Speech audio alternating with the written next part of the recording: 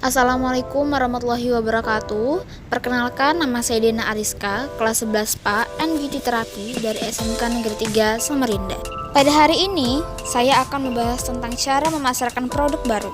Sebelum kita memasuki ke pembahasannya, yang paling utama yaitu kita harus memahami apa sih yang namanya pemasaran itu. Dalam dunia bisnis atau wirausaha, pemasaran adalah hal mutlak yang harus berjalan. Karena nyawa dari sebuah perusahaan adalah penjualan, dan penjualan bisa terjadi jika adanya strategi pemasaran yang baik. Lalu, bagaimana jika produk yang kita pasarkan adalah produk baru? Ini ya cukup menyulitkan kita, karena jika kita membuat suatu produk baru dengan brand baru yang kita miliki, kita harus bekerja ekstra keras untuk memperkenalkan kepada masyarakat dan membutuhkan dana yang tidak sedikit untuk biaya marketing. Lalu, bagaimana jika modal kita masih sangat minim? Nah, pada video kali ini, saya akan mencoba membahas strategi G2, cara untuk memasarkan produk baru. Yang pertama adalah riset pasar atau marketing research. Riset adalah hal mutlak yang harus dilakukan seorang wirausahawan sebelum melakukan bisnis. Riset pun ada banyak hal, misalkan riset produk, riset kompetitor, dan riset pasar. Semuanya sama-sama penting, karena jika tidak diriset dengan baik dari awal, maka sama saja kita bunuh diri dari awal. Pastikan sebelum Anda membuat sebuah produk, riset dulu apakah ada pasar yang menggunakan produk Anda atau tidak. Terkadang banyak kasus yang terjadi pada pengusaha pemula dan masih muda, yaitu lebih mengutamakan sikap idealisme yang tinggi, sehingga lebih mempertahankan egonya untuk mencapai sebuah kesempurnaan suatu produk. Tetapi mereka lupa akan kebutuhan pasar. Terkadang pasar yang layak kita tuju sebenarnya tidak terlalu membutuhkan produk yang seperti kita bayangkan.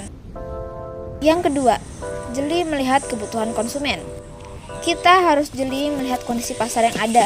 Apakah grafik kebutuhan konsumen meningkat atau menurun? Apakah produk baru kita layak dan dibutuhkan pasar atau tidak? Karena percuma saja jika produk yang kita buat sudah sangat bagus, tetapi ternyata kurang diminati oleh pasar. Lebih baik membuat produk yang sederhana tetapi sangat dibutuhkan oleh pasar. Yang ketiga, right product in the right place and the right time.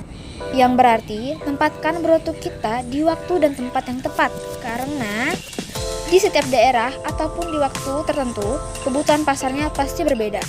Misalnya, produk A sangatlah bagus bila dipasarkan di kota B.